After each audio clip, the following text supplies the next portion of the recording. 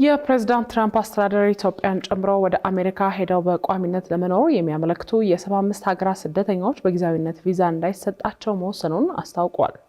የጊዜያዊ ክልከላ ለህትመት ፈቃድ የተሰጣቸው ቪዛዎች እንዳይታተሙ ከማገድ አልፎ ሙሉ ሂደታቸው አልቆ የታተሙና ወደ ባለቤቶቻቸው ያልተሰራጩ ቪዛዎችም በቆንስላዎች እንዲቆዩ ውሳኔ የተላለፈበት ነውም ተብሏል። አቤል አበበ በቀጣዩ ዘገባ ስለ አዲሱ የአሜሪካ ውሳኔ እንዲሁም ስለተከለከሉና ስላልተከለከሉ የቪዛ አይነቶች ተከታዩን ይልናል። ተከታትለን እንመለስ። And if you come to America to rob Americans, we're throwing you in jail and we're sending you back to the place from where you came. We're throwing you right in jail. And they know it too. ከዚህ ቀደም አሜሪካ ካሳለፍነው ጥር 1 ቀን አንስቶ 19 ሀገራት ሙሉ ለሙሉ ሌሎች 19 ሀገራት ደግሞ በከፊል የቪዛ አገልግሎቷን እንዳያገኙ መከልከሏን አስታውቃ የነበረች ሲሆን አሁን ደግሞ በዚህ ውሳኔዋ ቀጥላ ነው ከ75 ሀገራት የሚመጡ ስደተኞች የቪዛ አገልግሎትን እንዳያገኙ የከለከለችው። ይህ ኢትዮጵያን ጭምር ያካተተው ጊዜያዊ የቪዛ ክልከላ ከላቲን አሜሪካ፣ ከደቡባዊ ኤስያ ብሎም የመካከለኛው ምስራቅና ካሪቢያን እንዲሁም በርከት ያሉ የአፍሪካ ሀገራት ላይ የተጣለ ስለመሆኑ በስቴት ዲፓርትመንት የወጣው ዝርዝር ያመለክታል። የስቴት ዲፓርትመንቱን ማብራሪያ ተመለከትኩ ያለው ሮይተርስ ይህንን እርምጃ መውሰድ ያስፈለገው በሁሉም የቪዛ አመልካቾች ላይ መጠነ ሰፊ መረጃን የማጣራት ስራ ለመስራት እንዲሁም በሁሉም የሀገሪቱ የስደተኛ ፖሊሲዎች ላይ ግምገማ ማድረግ ስላስፈለገ መሆኑን ጠቅሷል። የአሜሪካ መንግስት ለሁሉም ኤምባሲዎችና ቆንስላዎች ልኮታል የተባለው ይህ መልእክት ከነዚህ 75 ሀገራት በቋሚነት በአሜሪካ ለመኖር የሚመጡ የቪዛ አመልካቾች ሀገሪቱ ለዜጎቿ የምትመድበውን የማህበራዊ ዋስትና ሀብት የመቀራመትና ስጋት የመፍጠር ዝንባሌ አላቸው ነው የሚለው። የአሜሪካ መንግስት ይህንን ውሳኔ የዜጎችን ደህንነት ለማስጠበቅና ኢኮኖሚያዊ ጥቅማቸውን በሌሎች ስደተኞች እንዳይነጠቅ ያደረግኩት ነው ቢልም ዴሞክራቱ ሴናተር ዲክ ደርቢን የትራምፕ አስተዳደርን ውሳኔ በጽኑ ሲያወግዙት ተደምጠዋል።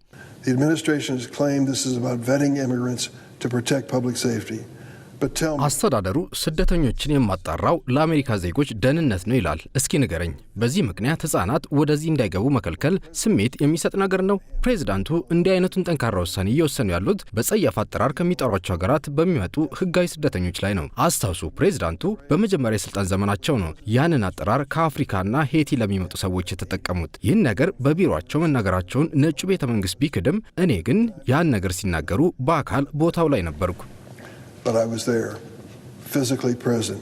ይህ ኢትዮጵያን ጨምሮ በሌሎች ሀገራት ላይ በጊዜያዊነት የተወሰነው ውሳኔ በቋሚነት አሜሪካ የመኖር ፈቃድ ለሚፈልጉ አመልካቾች እንጂ የጉብኝት ቪዛን እንደማያካትት የጠቆመው መረጃው ይህ የተፈቀደውም ሀገሪቱ በአውሮፓውያኑ 2026 የምታሰናዳውን የዓለም ዋንጫ እንዲሁም በ2028 የምትደግሰውን የክረምት ኦሎምፒክ ታሳቢ በማድረግ እንደሆነ አመላክቷል። ከቱሪስት ቪዛ በተጨማሪ ለትምህርት እንዲሁም ለስራ ቅጥር የሚጠየቁ ቪዛዎች አሁንም አለመከልከላቸውም በዚሁ መረጃ ተጠቅሷል። ይህ የአሜሪካ ውሳኔ ዲፕሎማቶቿ ወደ አሜሪካ የሚመጡ የየትኛውም ሀገር ዜጎች ራሳቸውን የሚችሉና ድጎማ በመጠበቅ ለአሜሪካ ኢኮኖሚ ሸክም የማይሆኑ መሆናቸውን አረጋግጠው እንዲወስኑ ተላልፎ ከነበረው የቀደመ መመሪያዋ የተከተለም ነው። በዚህ ውሳኔ መሰረትም ማንኛውም የአሜሪካ ቆንስል ሁሉንም ለህትመት ፈቃድ የተሰጠውንና ያልታተመ ቪዛ ውድቅ እንዲያደርግ የታዘዘ ሲሆን ይህም ብቻ ሳይሆን ታተመውም ቢሆን ከቆንስላው ቢሮ ያልወጡ ቪዛዎችን ለጊዜው እንዲያግድ ከፌዴራሉ መንግስት መልእክት ተላልፎለታል ነው የተባለው።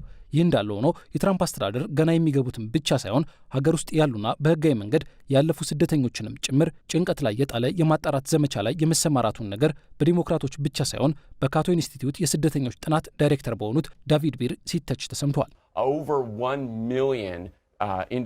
ከ1 ሚሊዮን በላይ የሚሆኑ ሰዎች ጊዜያዊ የጥበቃ ዋስትናቸውን አጥተዋል።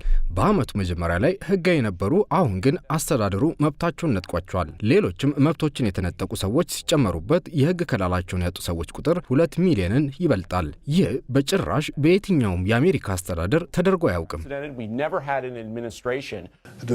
የሀገር ውስጥ ደህንነት መስሪያ ቤቱ በቅርቡ በሚኒሶታ የሚገኙ ስደተኞችን ማሰር ጀምሯል። እነዚህ ስደተኞች ወደ አሜሪካ ከመምጣታቸው በፊት ጭምር አንዳንዴ ለአመታት በሚጠጋ ጊዜ እልቅ በሚባል የማጣራት ሂደት ውስጥ ያለፉ ናቸው። ህጎችን ተከትለው ወደ ፍርድ ቤቶች በትክክለኛ መንገድ የመጡም ናቸው። ነገር ግን አሁን ላይ ለፕሬዝዳንቱ ፖለቲካዊ አጀንዳ ሲባል ህይወታቸው እየተመሰቃቀለ ነው።